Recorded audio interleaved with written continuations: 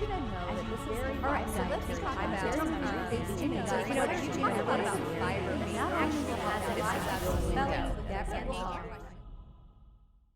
As you can see, if you happen to be watching this on YouTube, I am in beautiful, beautiful Penne, Italy, and I'm on vacation. So today's episode is going to be all about some of the best hits, some of the top things you need to know about your health. But I wanted to cover this FDA notification first. So the FDA has gone back over the last several months and looked at all of the research, including the Women's Health Initiative, and all the previous research that looked at estrogen therapy as a protective therapy for women. And essentially, what we've been told for 23 years about estrogen therapy being risky for breast cancer, stroke, and heart attack was completely inaccurate. And it was an overstatement of the research of the Women's Health Initiative.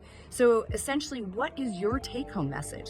So your take-home message is that estrogen therapy is protective and good for you. And the truth is, you don't need to consider the Women's Health Initiative research as the end-all be-all. So if you're working with providers that are not well educated about hormones and about how to treat menopause therapy, this is something you're going to want to point out, because you should not be gaslighted anymore about estrogen therapy. This was a huge day for all women, and it is just the start, because the next effort will be to bring a testosterone therapy to market for women. So a little bit about testosterone, if you're not clear about this. Women's healthy levels of testosterone drop from our 20s all the way through our 40s and 50s. So it doesn't have the volatility that you normally see with estrogen and progesterone during perimenopause and menopause. But there is absolutely a decline. Now, there's a lot of people out on the internet also talking about the fact that it doesn't have that volatility and that women don't need it. But the reality is we have significantly reduced levels compared to what they were in our 20s by the time we're in our 50s. And testosterone therapy is both great for the brain and also great for libido. So that is our next battle, and that is the next one we are going to take on. So think about that. We have made a huge win with the FDA. And then listen on for the top hits of the Menopause Mastery show. I want you to know that this is 5 dietary changes, very basic things that everybody can do that not only will help get rid of menopause belly, but will help you feel better and reduce your risk for disease in the long term. So first off, we like to talk about a lot of fancy things sometimes when we start getting into women's health. And I'm no different. I like the science, but a lot of times we get super caught up in what supplements should I take? What's the exact combination? Should I try peptides? Where just like a pyramid, right? If you were to think of a pyramid, there's a base of a pyramid that must be built before you can get to the upper layers and get to the very point. And sometimes some of those more esoteric things, the biohacking things, are the exciting things that we want to buy and try on, but they don't work very well without the foundation. So these 5 are going to be the big foundational things that I want you to focus on. They're the things that have the most research, that show that they help. And we know that the research shows that it particularly helps in perimenopause and menopause. As you very well know, I'm very much a fan and very much think every woman on the planet deserves to look at bioidentical hormone replacement for perimenopause and menopause.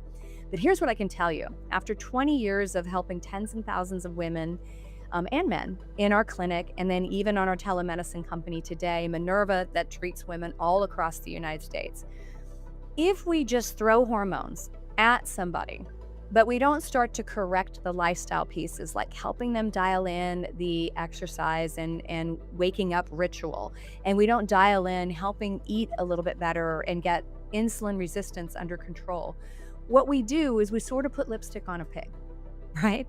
We get a little bit of stuff in there that definitely makes it better. And I am definitely not one of those practitioners that think people need to earn their hormones.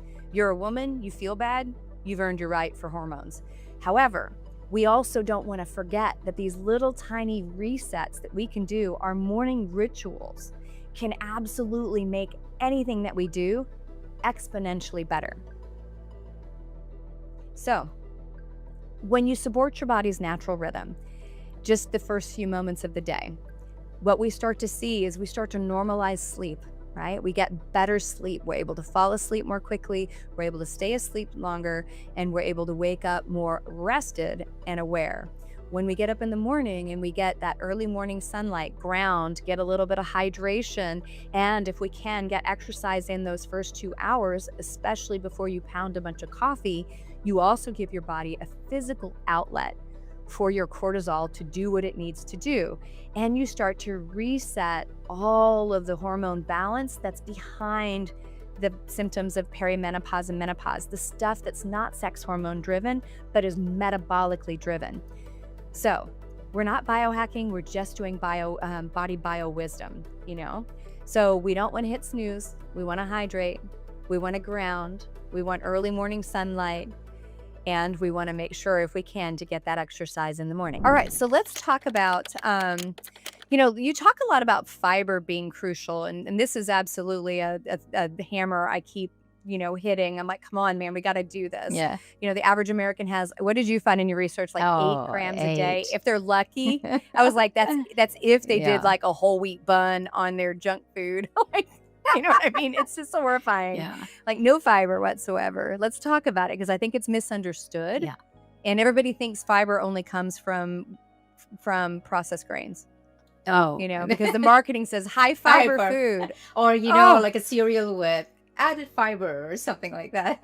Yeah. So let's get it. Yeah. Fiber is, oh my gosh, if I could just say in a nutshell what my book is about, it's about fiber, because that's what research is showing us. Like the more fiber you add to your diet, it really helps you cardiovascularly, metabolically, helps you be more insulin sensitive, all the things that are become problematic, and your chronic disease risk increases when you're postmenopausal. So fiber could be that little gift, you give yourself on a daily basis to help with, visceral fat, insulin resistance, cholesterol, because even cholesterol picture can change after postmenopause, right? I mean, I see so many clients with normal ApoBs completely shift postmenopausally, and you really, and the one thing that research is showing us is fiber really does make a difference. So really understanding what fiber is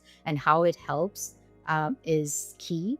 And fiber, when we take in fiber, we don't digest it. It goes directly to the colon, and all your incredible microbes right there are just waiting for this feast.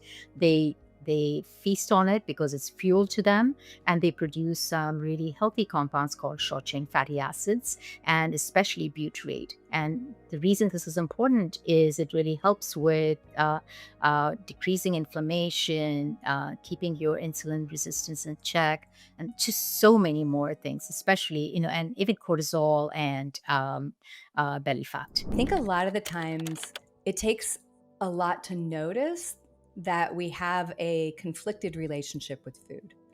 So could you share your story about food, emotional eating, and how you got here? Yeah, so it started at a very young age for me that I obviously didn't realize until I was healing, but I had really significant self-worth issues and body image issues by the time I was 5, because the first day taking the bus to school, I got on the bus and the older boys called me fat and ugly, and then the whole bus made fun of me, and that really made me take on that identity for the next 20 years of my life. I grew up, my mom had multiple sclerosis and was diagnosed before I was born. And I think a huge way for her to compensate for a lot of the things we couldn't do together because of her symptoms was with food.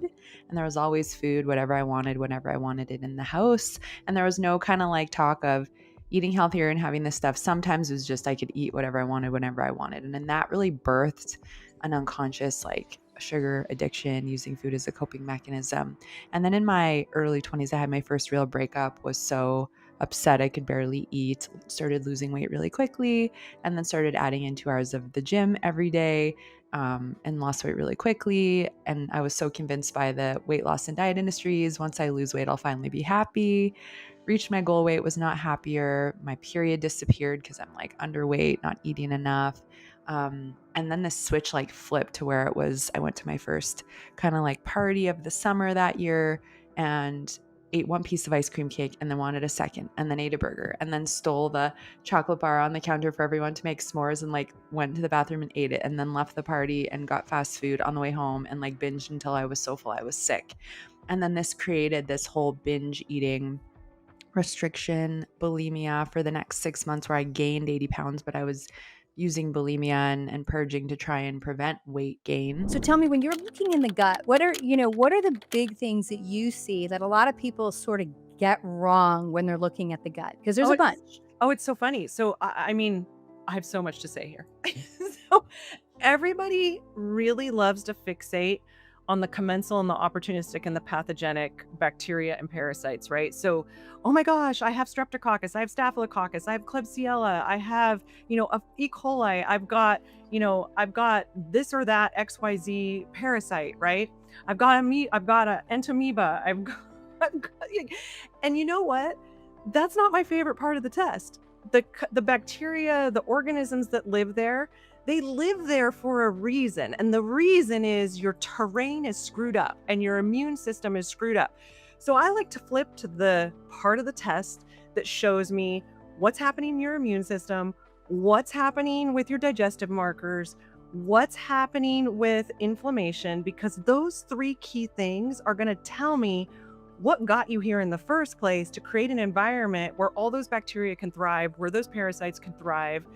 And until you solve those things, you can't just take an herb to kill a bunch of bacteria and parasites and expect anything to change. The terrain didn't change. And so those things are just going to come right back. You have an inviting environment for microbes, infections to grow. You have to change the environment.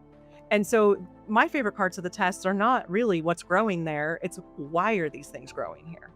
Oh, I'm so glad you said that, because I have people, because my researcher was looking at the microbiome, and people would fixate on, I think I have H. pylori. I'm like, well, why is it there? It's like, yeah, you can buy the best organic seed on the planet, and if you put it in a garden that has been napalmed, it is not going to do well, right? It doesn't matter how fancy the seed is. And I think that's the challenge. And again, even like people, oh, I need to take this, what probiotic, what this, what that. I'm like, it doesn't matter. If it's an environment that it cannot grow in and cannot support other ones of the same nature to grow in, it's still Yeah. not going to help.